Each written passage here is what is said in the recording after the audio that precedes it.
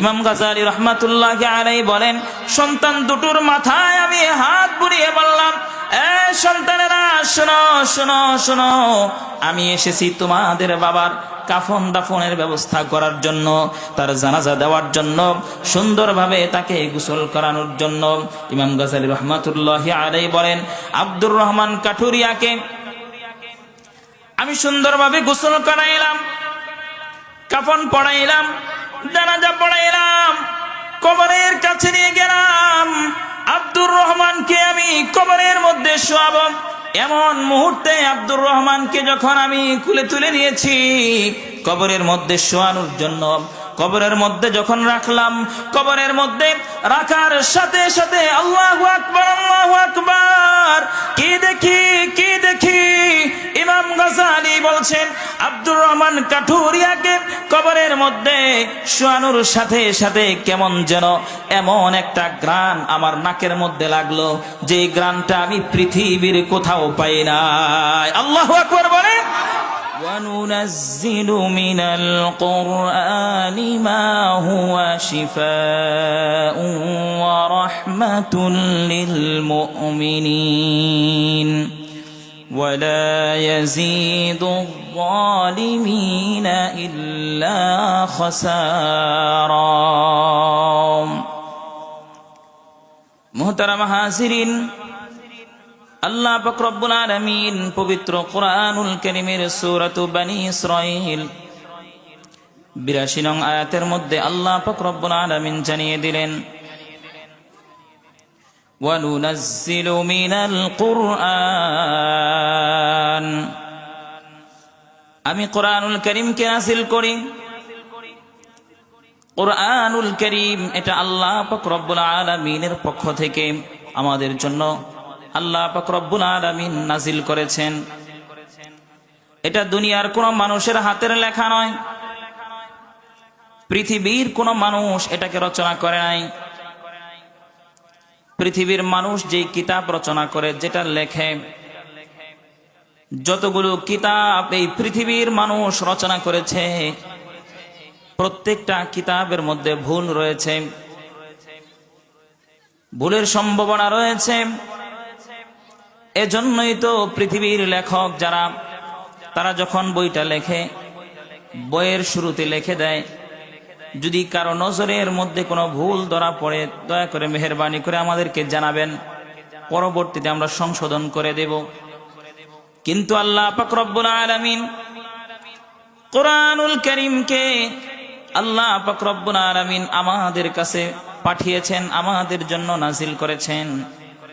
এমন একটি গ্রন্থ আল্লাহ পাক রব্বুল আলামিন আমাদেরকে দান করেছেন, যে গ্রন্থের শুরুতে আল্লাহ পাক রব্বুল আলামিন এইটা লেখেন নাই যে ভুল হলে ধরে দিও, বরং আল্লাহ পাক রব্বুল আলামিন জানিয়ে দিয়েছেন এটা এমন একটা কিতাব যে কিতাবের মধ্যে কোনো ভুল নেই, ভুলের আশঙ্কাও নেই। সুবহানাল্লাহি ওয়া বিহামদিহি।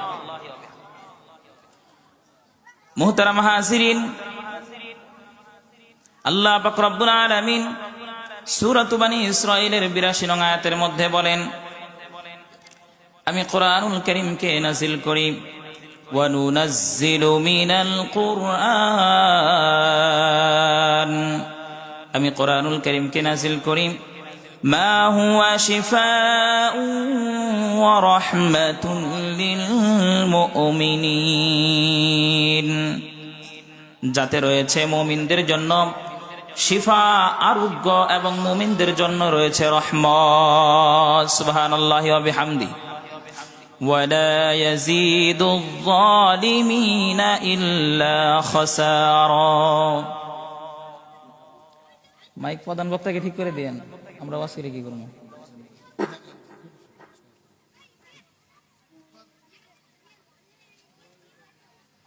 আল্লাহ পাক রব্বুল আলামিন বলছেন, وَلَا يَزِيدُ الظَّالِمِينَ إِلَّا خَسَارًا, তবে জালিমদের জন্য, পাপিষ্ঠদের জন্য কেবল ক্ষতিকেই বৃদ্ধি করে।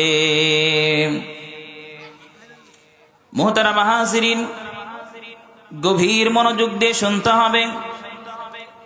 কোরআনুল কারীমের আলোচনা হচ্ছে, কোরআনুল কারীমের কথা বলা হচ্ছে, সরাসরি কোরআন থেকে আলোচনা হচ্ছে।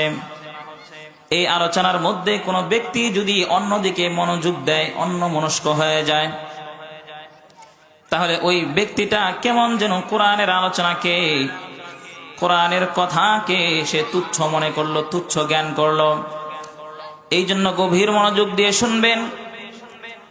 যে কিতাব কোরআনুল কারীম, আল্লাহ পাক রব্বুল আলামিন আমাদেরকে দান করেছেন নির্ভুল একটি গ্রন্থ, এমন একটা গ্রন্থ যেটাকে আল্লাহ পাক রব্বুল আলামিন মানব জাতির পূর্ণাঙ্গ জীবন বিধান হিসেবে আল্লাহ পাক রব্বুল আলামিন আমাদেরকে দান করেছেন। মুহতারাম হাজিরিন, বিশেষভাবে আল্লাহ পাক রব্বুল আলামিন বলছেন মুমিন যারা, মুমিনদের জন্য এই কোরআনুল কারীমটা হবে আরোগ্য, এই কোরআনুল কারীমটা হবে শিফা ওয়া রাহমাতুন, এবং মুমিনদের জন্য হবে এই কোরআনুল কারীমটা রহমত। চিৎকার করে বলি সুবহানাল্লাহ। মুহতারাম হাজিরিন, গভীর মনোযোগ দিয়ে শুনতে হবে, দিলের কান লাগাইয়া শুনতে হবে, আমলের নিয়তে শুনতে হবে। আল্লাহ পাক রব্বুল আলামিন মুমিনদের জন্য কোরআনুল কারীমকে শিফা করেছেন, আরোগ্য, রোগ নিরাময় হিসাবে আল্লাহ পাক রব্বুল আলামিন এই কোরআনুল কারীমকে দান করেছেন।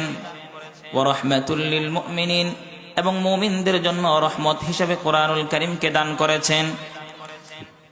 মুহতারাম হাজিরিন, কোরআনুল কারীম আমাদের জন্য কেমন রহমত, আমাদের জন্য কেমন রহমত, বলে আল্লাহ পাক রব্বুল আলামিন কোরআনুল কারীমকে এতটাই মর্যাদাপূর্ণ করে আমাদেরকে দিয়েছেন, এতটাই সম্মানিত করেছেন, কোরআনুল কারীমকে এতটাই দামি করেছেন, কোরআনুল কারীমকে আল্লাহ পাক রব্বুল আলামিন এতটা পাওয়ারফুল করেছেন, বলে কোরআনুল কারীম এত সম্মানিত, এত মর্যাদাপূর্ণ, এত দামি।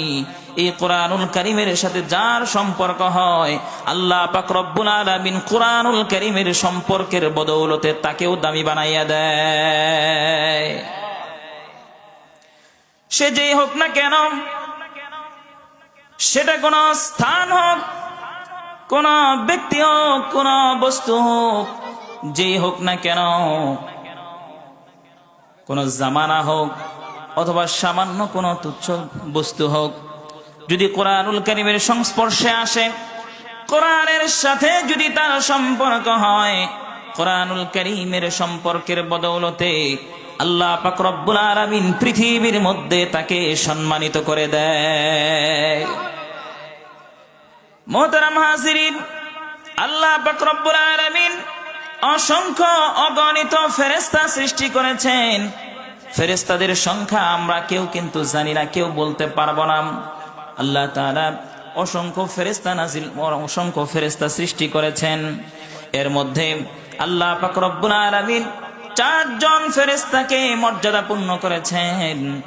এর মধ্যে একজন ফেরেশতার সাথে সম্পর্ক হয়েছে কোরআনুল কারীমের, তার নাম কি আমরা বলতে পারবো? তার নাম কি? তার নাম হচ্ছে জিবরাইল আমিন আলাইহিস সালাতু ওয়াস সালাম। ও দোস্ত, গভীর মনোযোগ দিয়ে শুনবেন, লক্ষ্য করে দেখুন, আল্লাহ পাক রব্বুল আলামিন যে ফেরেশতা জিবরাইল আমিন আলাইহিস সালাতু ওয়াস সালাম কোরআনুল কারীমের সাথে সম্পর্ক হয়েছে, কোরআনুল কারীমের সাথে সম্পর্ক হওয়ার কারণে অসংখ্য অগণিত ফেরেশতাদের মধ্যে শ্রেষ্ঠ ফেরেশতা বানিয়ে দিয়েছেন জিবরাইলকে। জিবরাইল আমিন আলাইহিস সালাতু ওয়াস সালামের শ্রেষ্ঠত্বকে আল্লাহ পাক রব্বুল আলামিন সকল ফেরেশতাদের মধ্যে আল্লাহ পাক রব্বুল আলামিন বৃদ্ধি করে দিয়েছেন, সকলের উপরে দিয়ে দিয়েছেন।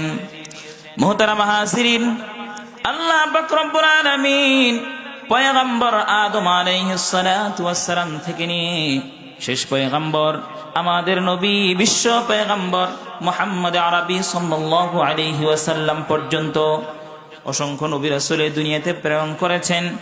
এর মধ্যে সবচাইতে মর্যাদাপূর্ণ, সবচাইতে দামি, সকলের সরদার কোন নবী? একটু জবান খুলে বলি, কোন নবী?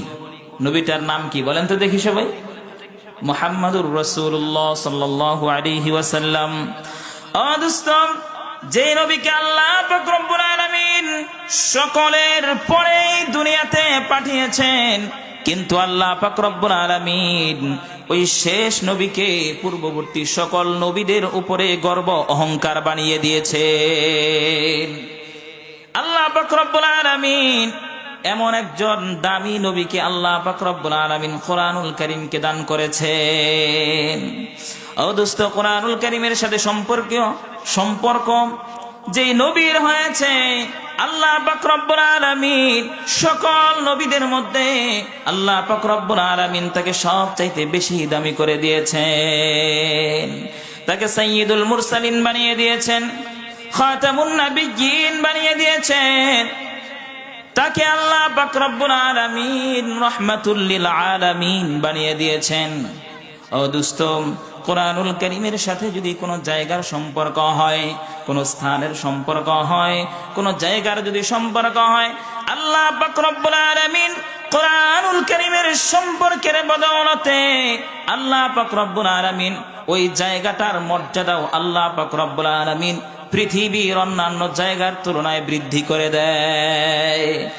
গভীর মনোযোগ, গভীরভাবে চিন্তা করে দেখেন, আল্লাহ পাক রব্বুল আলামিন এই পৃথিবীর বুকে দুইটি জায়গা, যে দুইটা জায়গা নুজুলে কোরআনের সাথে সম্পর্ক হয়েছে, নুজুলে কোরআনের সাথে সম্পর্ক হওয়ার কারণে, কোরআনুল কারীমের সাথে সম্পর্ক হওয়ার কারণে পৃথিবীর দুইটি জায়গা মক্কা এবং মদিনা আল্লাহ পাক রব্বুল আলামিন এতটাই মর্যাদাপূর্ণ করে দিয়েছেন, তামাম পৃথিবীর যত ঈমানদার, যত মুমিন, যত মুসলমান রয়েছে প্রত্যেকের অন্তরের মধ্যে মদিনার মহাব্বত আছে না নাই?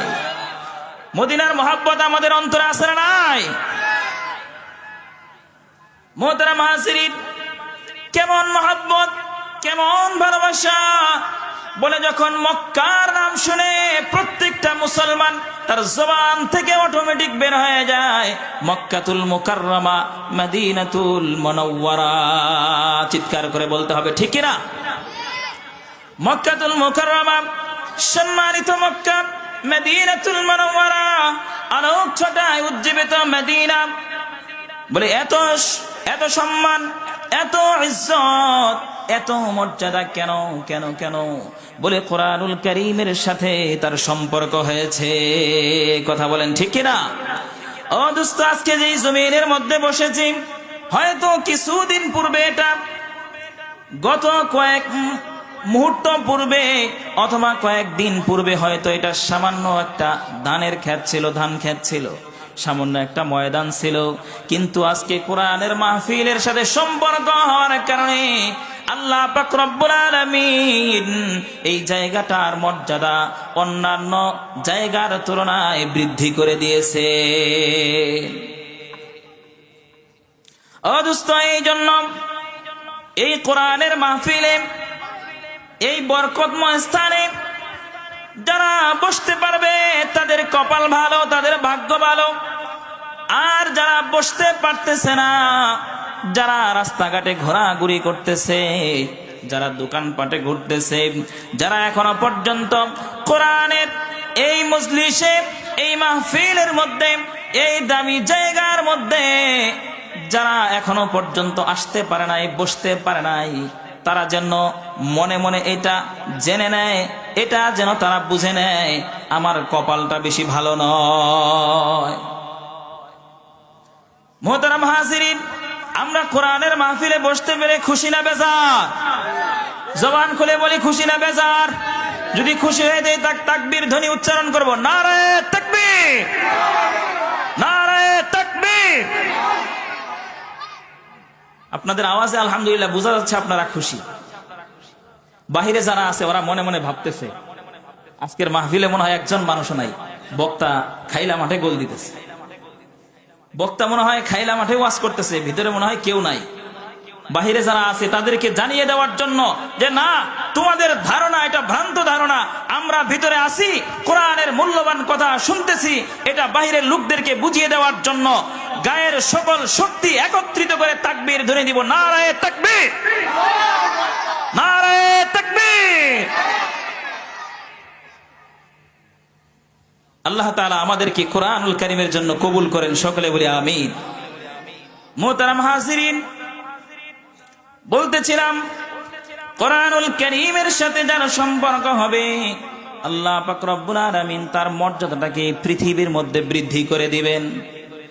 এটা যদি স্থান হয়, এটার কোন যদি জায়গা হয়, ওই জায়গার সম্পর্ক যদি কোরআনুল কারীমের সাথে হয়, কোরআনের সাথে সম্পর্ক হওয়ার কারণে আল্লাহ পাক রব্বুল আলামিন ওই জায়গাটার মর্যাদাও অন্য জায়গার তুলনায় বৃদ্ধি করে দেয়। মুহতারাম হাজিরিন, কোন জামানা কোন সময় যদি কোরআনুল কারীমের সাথে সম্পৃক্ত হয়, কোরআনের সাথে সম্পর্ক বলা হয়, অন্যান্য সময়ের তুলনায় ওই সময়টাকে, ওই জামানাটাকে আল্লাহ পাক রব্বুল আলামিন কোরআনের সাথে সম্পর্ক হওয়ার কারণে বৃদ্ধি করে দেয়। সুবহানাল্লাহি ওয়া বিহামদি। মুহতারাম হাজিরিন, গভীরভাবে লক্ষ্য করে দেখুন, রমজান মাসের সাথে নুজুলে কোরআনের সাথে সম্পর্ক হয়েছে। আল্লাহ পাক রব্বুল আলামিন জানিয়ে দিয়েছেন, শাহরু রমাদানাল্লাযী উনজিলা ফীহিল কুরআন। আল্লাহু আকবার বলেন। রমাদান মাসে কোরআনুল কারীম নাযিল হয়েছে।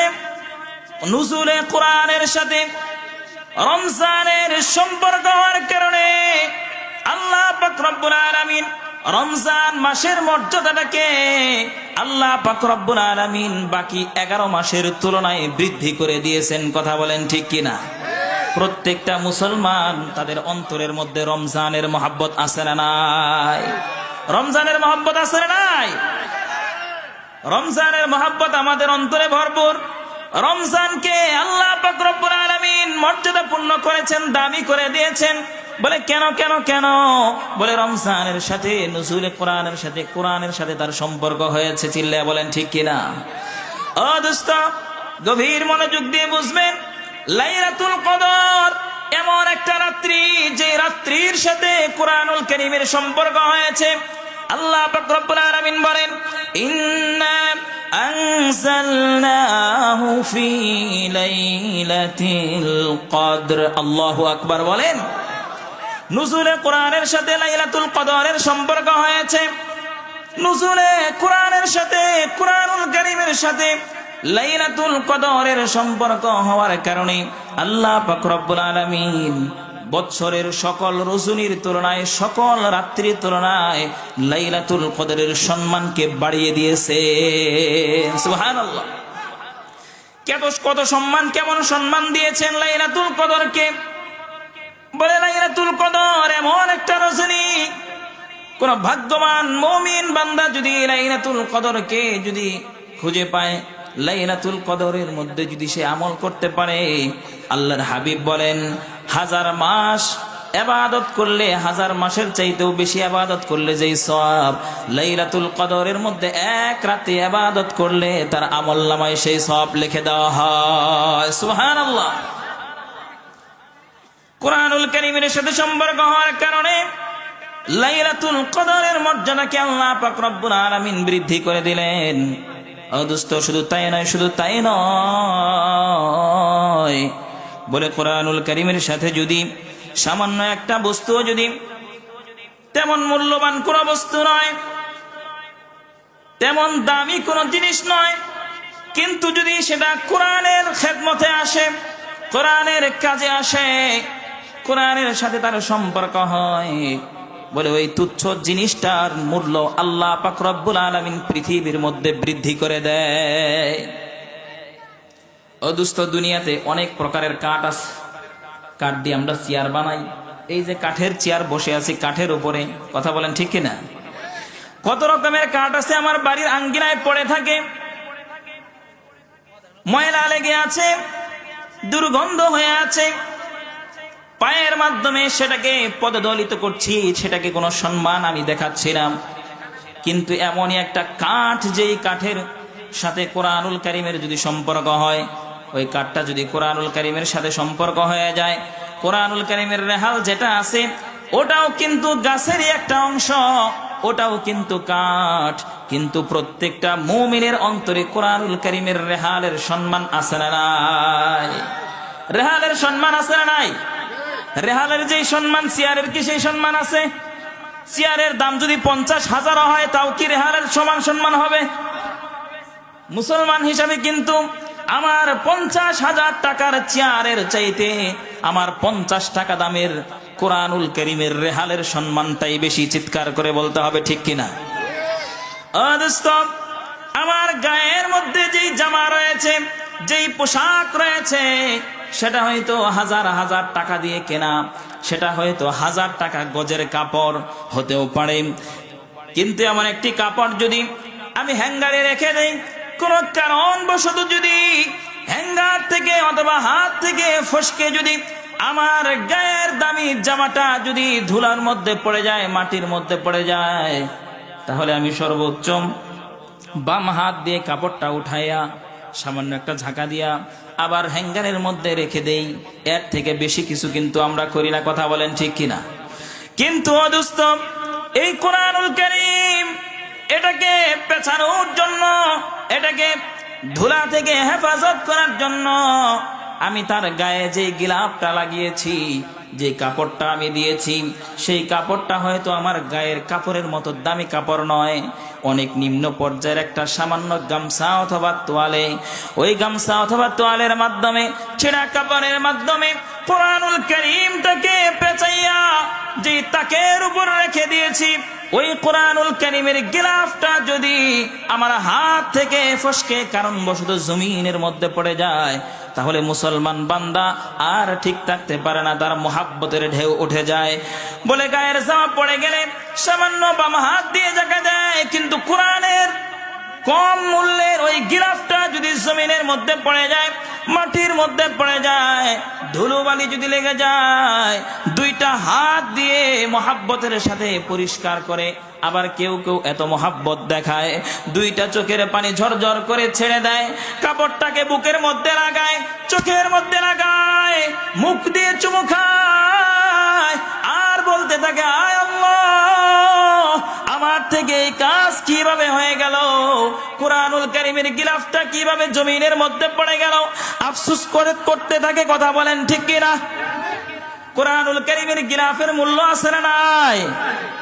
ও দোস্ত, আমি বলতেছিলাম কোরআনুল কারীমের সাথে যার সম্পর্ক হবে, সেটা যেই হোক না কেন, সেটা সামান্য বস্তু হলেও আল্লাহ পাক রব্বুল আলামিন তার মর্যাদাকে বৃদ্ধি করে দেয়। ও দোস্ত, এই কোরআনুল কারীমের সাথে যদি কোন ব্যক্তির সম্পর্ক হয়, কোন মানুষের সম্পর্ক হয়, সামান্য একটা কাপড়, সামান্য একটা তুচ্ছ কাপড়ের মর্যাদা যদি আল্লাহ পাক রব্বুল আলামিন মুসলমানদের অন্তরের মধ্যে এতটা বাড়িয়ে দিতে পারে, ও দোস্ত, আপনি আমি আশরাফুল মাখলুকাত, আল্লাহ পাক রব্বুল আলামিনের সারা জীব, সারা সৃষ্টি, আমরা যদি কোরআনুল কারীমের সাথে সম্পর্ক করি, আল্লাহ তাআলা আমাদের মর্যাদাকে বাড়িয়ে দিবেন কিনা? আল্লাহ তাআলা মানুষের মর্যাদাকে বৃদ্ধি করে দিবেন। কতটা বৃদ্ধি করে দিবেন এইটা আপনাদেরকে আমি ভাষায় প্রকাশ করে বোঝাতে পারবো না। তবে সামান্য একটু বোঝানোর জন্য, সামান্য একটু ধারণা দেওয়ার জন্য আমি আপনাদের সামনে একটি মিসাল পেশ করব, একটি উপমা পেশ করতে চাই। গভীর মনোযোগ দিয়ে শুনতে হবে। শুনতে রাজি আছেন তো? শুনতে রাজি আছেন সবাই? কে কে রাজি আছেন? হাত তুলে দেখেন। আল্লাহ তাআলা আমাদের সবাইকে কবুল করেন। হাত নামান। মুহতারাম হাজিরিন, ইমাম গাজ্জালী রাহমাতুল্লাহি আলাইহি তিনি বলছেন, আমি স্বপ্ন যুগে একদিন দেখলাম আল্লাহ পাক রব্বুল আলামিন আমাকে ডেকে ডেকে বলছেন, এ গাজ্জালী, তোমার পার্শ্ববর্তী রহমতপুর গ্রামে একজন আব্দুর রহমান নামে আমার বড় পিয়ারা বান্দা, আমার বড় মোহাব্বতের বান্দা ওলি, সে মৃত্যুবরণ করেছে, সে আজকে মৃত্যুবরণ করেছে। কিন্তু বিষয় হলো, ওই আব্দুর রহমান নামক আমার প্রিয় বান্দার জানাজা দেওয়ার মতো একজন ভালো আলেম রহমতপুর গ্রামের মধ্যে নাই। এই গাজ্জালী, রহমতপুর গ্রামের মধ্যে এমন কোন আলেম নাই যে আলেম আমার বন্ধুকে, আমার প্রিয় বান্দাকে সুন্দরভাবে গোসল দিতে পারে, সুন্দরভাবে তার জানাজাটা করাইতে পারে, সুন্দরভাবে তার দাফনটা করাইতে পারে, সুন্দরভাবে তার কাফনটা করাইতে পারে, এই জন্য ইমাম গাজালি, গাজালি তুমি যাও রহমতপুর গ্রামে আমার বন্ধু, আমার প্রিয় বান্দার গোসলটা, জানাজা এবং কাফন দাফনের ব্যবস্থাটা তুমি সুন্দর করে করে আসো। ইমাম গাজালি রহমাতুল্লাহি আলাইহি বলেন, আমি ঘুম ভাঙার সাথে সাথে রহমতপুর গ্রামের দিকে রওনা হয়ে গেলাম। আমি রহমতপুর গ্রামে চলে গেলাম। রহমতপুর গ্রামে গিয়ে আব্দুর রহমানকে খুঁজতে লাগলাম। খুঁজতে খুঁজতে কোথাও আব্দুর রহমানকে পাওয়া যাচ্ছে না। একজন ব্যক্তি এসে বলছে, ও হুজুর, আপনি কোথায় যাবেন? রাস্তা হারিয়ে ফেলেছেন বুঝি হুজুর? আমাকে বলেন আমি রাস্তা দেখিয়ে দিচ্ছি। ইমাম গাজালি বলছে, শোনো, আমি একজন ব্যক্তিকে খুঁজছি, যে ব্যক্তিটা মৃত্যুবরণ করেছে, তার নাম হচ্ছে আব্দুর রহমান। এবার ডেকে বলে, হুজুর, আপনি বুঝি আমাদের ওই আব্দুর রহমান কাঠুরিয়াকে খুঁজতেছেন? এই যে রহমতপুর গ্রামের একবারে শেষ মাথায় একটা ঝুপড়ি আছে, একটি জঙ্গল আছে, ওই ঝুপড়ির পিছনে ছোট্ট একটা করে ঘর আছে, ওই ঘরটাই হলো আব্দুর রহমান নামক কাঠুরিয়ার ঘর। ইমাম গাজালির আর বুঝতে দেরি হয় নাই। ইমাম গাজালি বলছেন, তাহলে বুঝি ওই সামান্য কাঠুরিয়া, যাকে তুমি সামান্য কাঠুরিয়া বলছো, ওই কাঠুরিয়াই বুঝি আল্লাহ পাক রব্বুল আলামিনের পেয়ারা বান্দা? আল্লাহু আকবার বলে। ও দোস্ত, ইমাম গাজালি রাহমাতুল্লাহি আলাইহি বলেন, আমি রহমতপুর গ্রামের শেষ মাথায় সেই জঙ্গল পার হয়ে আমি যখন আব্দুর রহমানের বাড়ির কাছে পৌঁছলাম, সেখানে গিয়ে দেখলাম একটি লাশ শোয়ানো আছে। দুইটা সন্তান সেখানে হাউমাউ করে কান্না করছে, চোখের পানিও ঝরে ঝরে পড়ছে। আমি সন্তান দুটোর মাথায় হাত বুলিয়ে বললাম, এই বাবারা, এই সন্তানেরা, তোমরা কেন কান্নাকাটি করছো? কেন তোমরা কান্নাকাটি করছো? দুইজন সন্তান আমাকে ডেকে ডেকে বলে, হুজুর, এই যে দেখেন আমাদের বাবার লাশ এখানে পড়ে আছে, কিন্তু এই মহল্লার মধ্যে, এই গ্রামের মধ্যে এমন কোনো ব্যক্তি নাই যে ব্যক্তিটা আমার বাবার জানাজা সুন্দরভাবে দিতে পারে, আমার বাবার কাফন দাফনের সুন্দর ব্যবস্থা করতে পারে, এমন কোন আলেম এই মহল্লার মধ্যে নাই, এই গ্রামের মধ্যে নাই। ইমাম গাজালি রাহমাতুল্লাহি আলাইহি বলেন, সন্তান দুটোর মাথায় আমি হাত বুলিয়ে বললাম, এ সন্তানেরা, শোনো শোনো শোনো, আমি এসেছি তোমাদের বাবার কাফন দাফনের ব্যবস্থা করার জন্য, তার জানাজা দেওয়ার জন্য, সুন্দরভাবে তাকে গোসল করানোর জন্য। ইমাম গাজালি রাহমাতুল্লাহি আলাইহি বলেন, আব্দুর রহমান কাঠুরিয়াকে আমি সুন্দরভাবে গোসল করাইলাম, কাফন পড়াইলাম, জানাজা পড়াইলাম, কবরের কাছে নিয়ে গেলাম। আব্দুর রহমানকে আমি কবরের মধ্যে শোয়াবো, এমন মুহূর্তে আব্দুর রহমানকে যখন আমি কুলে তুলে নিয়েছি কবরের মধ্যে শোয়ানোর জন্য, কবরের মধ্যে যখন রাখলাম, কবরের মধ্যে রাখার সাথে সাথে আল্লাহু আকবার, আল্লাহু আকবার, কি দেখি কি দেখি, ইমাম গাজালি বলছেন, আব্দুর রহমান কাঠুরিয়াকে কবরের মধ্যে শোয়ানোর সাথে সাথে কেমন যেন এমন একটা গ্রান আমার নাকের মধ্যে লাগলো, যে গ্রানটা আমি পৃথিবীর কোথাও পাই নাই। আল্লাহু আকবার বলে। ইমাম গাজালি রাহমাতুল্লাহি আলাইহি আব্দুর রহমানকে কবরের ব্যবস্থা করলেন। কবর দেওয়ার কাজ যখন সমাপ্ত করলেন, এবার ইমাম গাজালি মনে মনে চিন্তা করছেন, সামান্য একজন কাঠুরিয়া, এই ব্যক্তিটা কিভাবে আল্লাহ তাআলার এত পেয়ারা হইল, আল্লাহ তাআলার এত পছন্দের বান্দা হইল, আমার জানতে হবে। এই জন্য ইমাম গাজালি সন্তান দুটোর মাথায় হাত বুলিয়ে বলছে, বাবারা, আমাকে একটু দয়া করে বলবে, তোমাদের বাবা আব্দুর রহমান কাঠুরিয়া জীবনে কি এমন ভালো আমল করত, কি এমন ভালো কাজ করত, কোন বিশেষ আমল ছিল কিনা, তোমাদের বাবার কোন বিশেষ আমল ছিল কিনা, যে আমলের কারণে, যে কাজের কারণে আল্লাহ পাক রব্বুল আলামিন তাকে এত বড় মর্যাদা দান করেছেন, আল্লাহ পাক রব্বুল আলামিন তাকে পেয়ারা বান্দা বলে ঘোষণা করেছেন। সন্তান দুটো ডেকে ডেকে বলছে, হুজুর, আমরা তো ছোট্ট মানুষ, আমাদের বাবা কি এমন ভালো কাজ করত সেইটা আমরা জানি না, তবে আমাদের মা জীবিত আছেন, আমাদের আম্মার কাছে আপনারা জিজ্ঞাসা করতে পারেন, আমাদের মা হয়তো বলতে পারবেন আমাদের বাবার কোনো বিশেষ আমল ছিল কিনা। ইমাম গাজ্জালী রহমাতুল্লাহি আলাইহি আব্দুর রহমান কাঠুরিয়ার ঘরের পিছনে আড়ালে দাঁড়িয়ে ডেকে ডেকে বলছে, ও মা, এ আব্দুর রহমানের স্ত্রী, আমাকে দয়া করে একটু বলে দাও, তোমার স্বামী সামান্য একজন কাঠুরিয়া হয়ে আল্লাহ পাক রব্বুল আলামিনের এত পেয়ারা বান্দা কিভাবে হইল? কি এমন আমল করেছে তোমার স্বামী কি এমন বিশেষ আমল ছিল তার, যে কারণে আল্লাহ পাক রব্বুল আলামিন তাকে ভেলায়েতের মর্যাদা দান করেছেন, আল্লাহ তাআলা তাকে ওলি বানিয়ে দিয়েছেন। ঘর থেকে আব্দুর রহমানের স্ত্রী দুইটা চোখের পানি ঝরঝর করে ছেড়ে দিয়ে বলছে, ও হুজুর, আমার স্বামী সামান্য একজন কাঠুরিয়া, তিনি জঙ্গল থেকে সামান্য লাকড়ি সংগ্রহ করে সেগুলো বাজারে বিক্রি করে যতটুকু অর্থ উপার্জন হতো, ওই অর্থ দিয়ে আমাদের পরিবার আমি ওই যে দেখেন তাকের উপরে একটা কোরআনুল কারীম রাখা আছে। আমার স্বামী প্রতিদিন ফজরের নামাজের পরে বাড়িতে এসে তার যাবতীয় আমলগুলো কাজগুলো শেষ করে ওই কোরআনুল কারীমটাকে হাতে নিত, কোরআনুল কারীমের গিলাফটাকে খুলতো, কোরআনুল কারীমটাকে মেলাইতো আর কোরআনুল কারীমের পৃষ্ঠাগুলো উল্টাইতো। কিন্তু হুজুর, আমার স্বামী তো কোরআন পড়া জানতো না, সে কোরআন পড়তে পারতো না, কোরআনের পাঠ সে জানতো না, কোরআন সে শুদ্ধ করে পড়তে পারতো না, কোরআন সে পড়া শিখে নাই। কিন্তু আমার স্বামী কোরআনুল কারীমটাকে খুলে কোরআনুল কারীমের পৃষ্ঠা উল্টাইতো আর কোরআনুল কারীমের সাথে ভাব বিনিময় করত আর কোরআনুল কারীমের সাথে প্রেম নিবেদন করত। অন্তরের গভীর থেকে কোরআনুল কারীমের সাথে মহব্বত ভালোবাসা প্রদর্শন করত।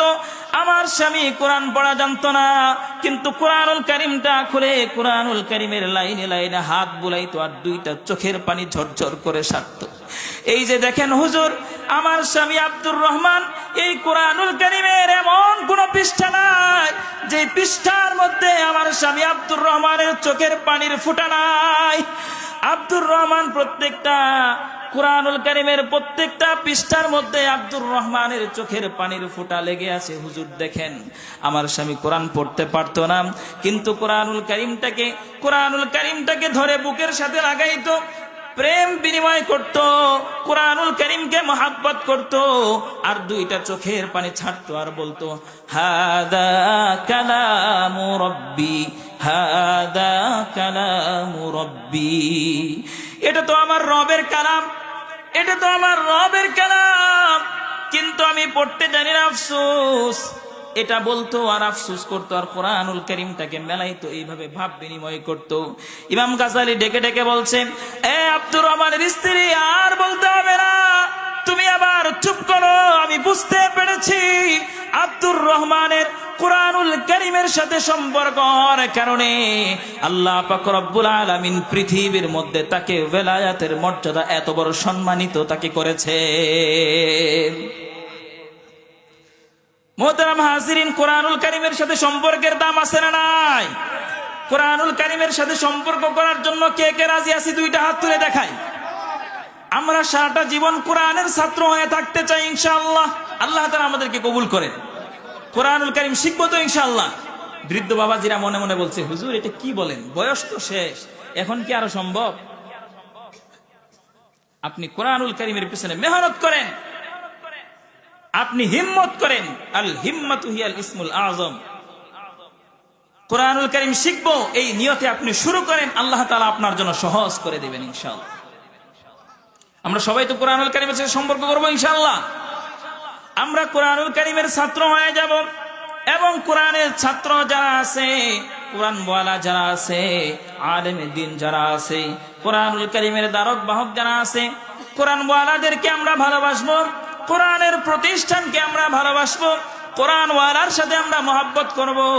হতে পারে কাল কিয়ামতের ময়দানে ওই কোরআনের সাথে মহব্বত থাকার কারণে, কোরআন ওয়ালার সাথে মহব্বত থাকার কারণে, কোরআন ওয়ালা প্রতিষ্ঠানের সাথে মহব্বত থাকার কারণে আল্লাহ পাক রব্বুল আলামিন ওইটাকে উসিলা করিয়া, ওইটাকে জরিয়া করিয়া কাল কিয়ামতের ময়দানে আমার জন্য জান্নাতের ফয়সালা করে দিবে।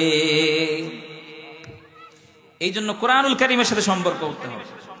মুহতারাম হাজিরিন, সূরাত বনী ইসরাঈলের ৮২ নং আয়াতের মধ্যে আল্লাহ পাক রব্বুল আলামিন জানিয়ে দিলেন, এই কোরআনুল কারীম যেটা আমি নাজিল করেছি, এটার মধ্যে মুমিনদের জন্য দুইটা বিশেষ উপহার রয়েছে। এক নাম্বার হচ্ছে কোরআনুল কারীম হলো মুমিনদের জন্য রহমত, ২ নাম্বার হলো মুমিনদের জন্য আরোগ্য শিফা। ও দোস্ত, কেমন রহমত কোরআনুল কারীম। আল্লাহর হাবিব বিশ্ব পয়গম্বর মুহাম্মদ আরবি সাল্লাল্লাহু আলাইহি ওয়াসাল্লাম বলেন, কাল কিয়ামতের ময়দানে যারা দুনিয়াতে কোরআনুল কারীম পড়তো, কোরআনুল কারীমকে মহব্বত করত, কোরআনওয়ালাকে ভালোবাসতো, কোরআনের বিধানগুলো মেনে চলতো, আর কোরআনের বিধানকে পৃথিবীর বুকে প্রতিষ্ঠা করার চেষ্টা করত, এমন ব্যক্তিদেরকে আল্লাহ পাক রব্বুল আলামিন কাল কিয়ামতের ময়দানে সাহেবে কোরআন বলে কিয়ামতের ময়দানে ডাক দিবে। সুবহানাল্লাহ। আপনাকে আমাকে যদি আল্লাহ তাআলা কিয়ামতের দিন সাহেবে কোরআন বলে ডাক দেয়, তাহলে আর কোনো টেনশন আছে? আর কোনো চিন্তা থাকবে? আর কোনো চিন্তা থাকবে না। এই জন্য আমাদেরকে সাহেবে কোরআন হওয়ার চেষ্টা করতে হবে। আল্লাহর হাবিব বিশ্ব পয়গম্বর বলেন, ইউকালু লি সাহিবিল কোরআন, কাল কিয়ামতের ময়দানে সাহেবে কোরআনকে ডাকা হবে আর বলা হবে, ইকরা ওয়ারতাকি, বান্দা তুমি পড়তে থাকো এবং চড়তে থাকো, বান্দা তুমি কোরআনুল কারীমের তেলাওয়াত করতে থাকো এবং তুমি তোমার মর্যাদাকে উপরের দিকে উঠাইতে থাকো। সুবহানাল্লাহ। দুনিয়াতে যেমন তুমি সুন্দরভাবে তাকদীরের সহিত মদ গুন্না মাখরাজ সব কিছু ঠিক রেখে তুমি যেমন ফজরের পরে সুন্দরভাবে আমার দেওয়া কণ্ঠের মাধ্যমে তেলাওয়াত করেছ, দুপুরে যেমন জোহরের সালাতের পরে যেমন তুমি আমার কোরআনকে তুমি মধুর সুরে তেলাওয়াত করেছ, হাফেজ কোরআন রমজান মুবারকে রমজান মাসে তুমি যেমন অসংখ্য মুসল্লিদেরকে পিছনে রেখে তোমার সুন্দর কণ্ঠ দিয়ে তুমি কোরআনুল কারীমের তেলাওয়াত করতে, আজকে তুমি কিয়ামতের ময়দানে হাসরের ময়দানে তুমি কোরআনুল কারীমের তেলাওয়াত করো আর তুমি তোমার মর্যাদায় উন্নতি হইতে থাকো। সুবহানাল্লাহি ওয়া বিহামদি। মুহতারাম হাজিরিন, আল্লাহর হাবিব আরো বলেন, মান ক্বারা হারফাম মিন কিতাবিল্লাহি ফালাহু বিহি হাসানাতুন ওয়া হাসানাতুন বিআশরি আমসালিহা। যে ব্যক্তি কোরআনুল কারীমের একটি মাত্র হরফ পাঠ করবে, আল্লাহ পাক রব্বুল আলামিন তাকে একটি নেকি লিখে দিবেন তার জন্য, আর ওই একটি নেকিকে আল্লাহ পাক রব্বুল আলামিন কমপক্ষে 10 গুণ পর্যন্ত বাড়াইয়া দিবে। কোরআনুল কারীমের তেলাওয়াত করতে রাজি আছি তো সবাই ইনশাআল্লাহ? আল্লাহ তাআলা আমাদেরকে তৌফিক দান করুন। মুহতারাম হাজিরিন, কোরআনুল কারীম পড়লে সওয়াব হয়। কোরআনুল কারীমকে আমাদেরকে বুঝে পড়তে হবে, কোরআনুল কারীমকে বুঝার চেষ্টা করতে হবে, কোরআনুল কারীমের তরজমা জানার চেষ্টা করতে হবে।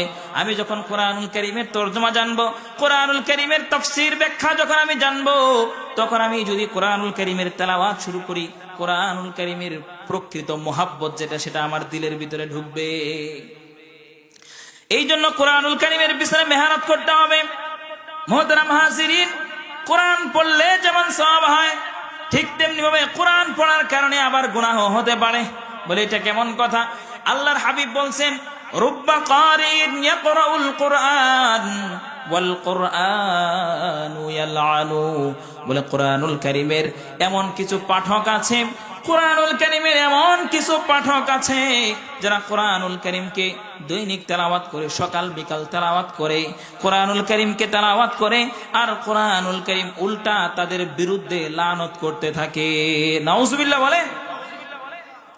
কোরআনুল কারীমের এমন কিছু পাঠক আছে যারা কোরআনুল কারীমের তেলাওয়াত করে আর কোরআনুল কারীম তাদের বিরুদ্ধে লানত করতে থাকে। তাদের বিরুদ্ধে লানত করতে থাকে। 2 কারণে কোরআনুল কারীম লানত করে।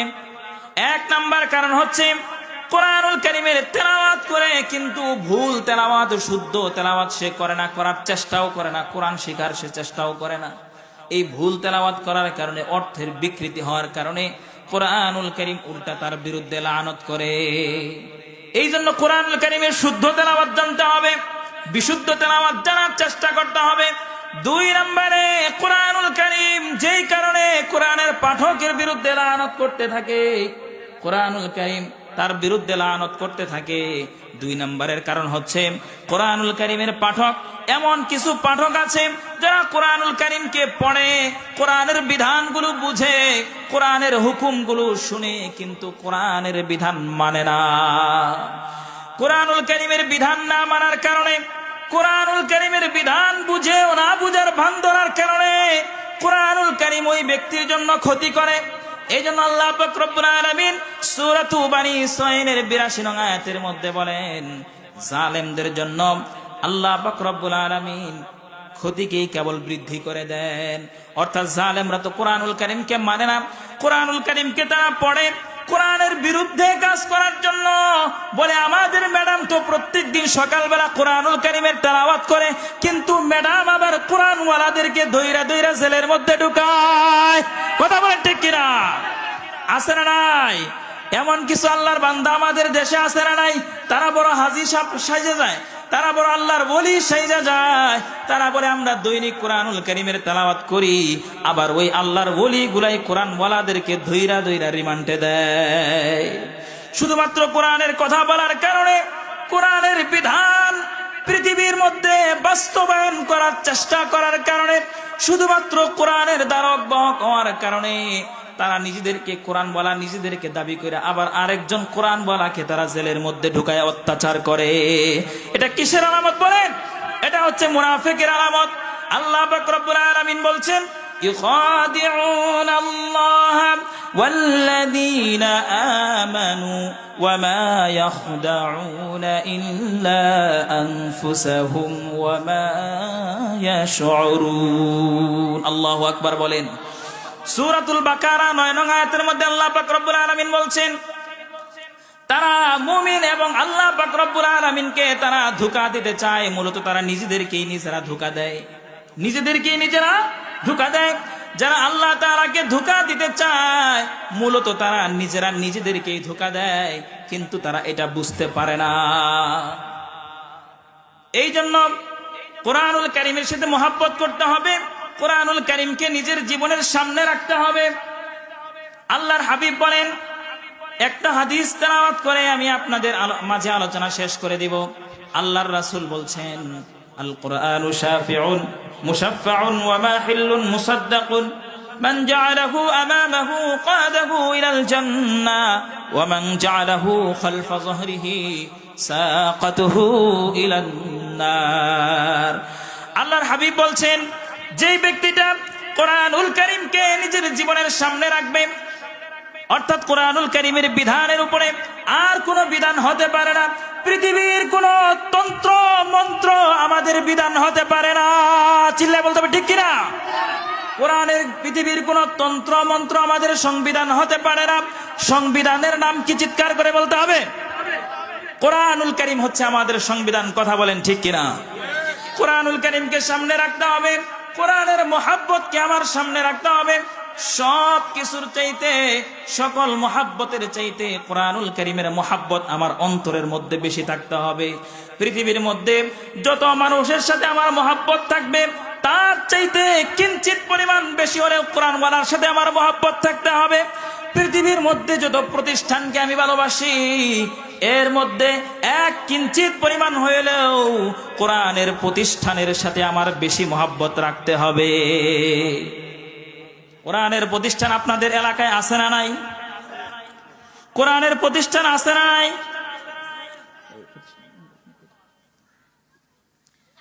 এই যে আপনাদের পার্শ্ববর্তী এলাকা, একটা কোরআনের প্রতিষ্ঠান হয়েছে কিনা? ওইখানে কি কোরআন শিক্ষা দেওয়া হয় না কোরআনের বিরুদ্ধে শিক্ষা দেওয়া হয়? ওইখানে কোরআনুল কারীমের শিক্ষা দেওয়া হয়। এই যে হুজুর এখানে বসে আছেন, কোরআনুল কারীমের শিক্ষা দেওয়ার জন্য হুজুর একটা প্রতিষ্ঠান খুলেছেন। ওই প্রতিষ্ঠানটা কিসের জন্য খুলেছেন বলেন? কোরআনের শিক্ষা দেওয়ার জন্য, তাই না? এই জন্য এই মহল্লার মধ্যে, এই সমাজের মধ্যে যত ঘর আছে, যত বাড়ি আছে, যত বাসস্থান আছে, যত প্রতিষ্ঠান আছে, সকল প্রতিষ্ঠানের মধ্যে, সকল ঘরের তুলনায় কোরআনুল কারীমের ঘর যেটা, ওইটাকে আমাকে বেশি মহব্বত করতে হবে। কথা বলেন ঠিক কিনা?